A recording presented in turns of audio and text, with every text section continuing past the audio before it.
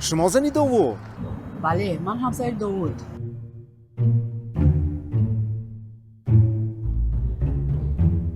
فقط نفس میکشه. نفس میکشه. فهمو. انا این باشه حقی خدمت شما. اینقدر فورا. من به آنها خیانت کردم. چی؟ خیانت؟ ما بودو در سر حادثه مرده میموند. من به تو چیکار میکردم دخترم؟ ورا تو خودت خانه و در نداری همه کار چی لازم بوده شفته دکا؟ نه چیز اگر با آن کس خورده دمک جان آن کس رو به خانه من گرفته بیاره. چی یگون کاری ناشایسته کرده از تقدیمات پازیتیو پروداکشن روزهای نزدیک انتظار باشد.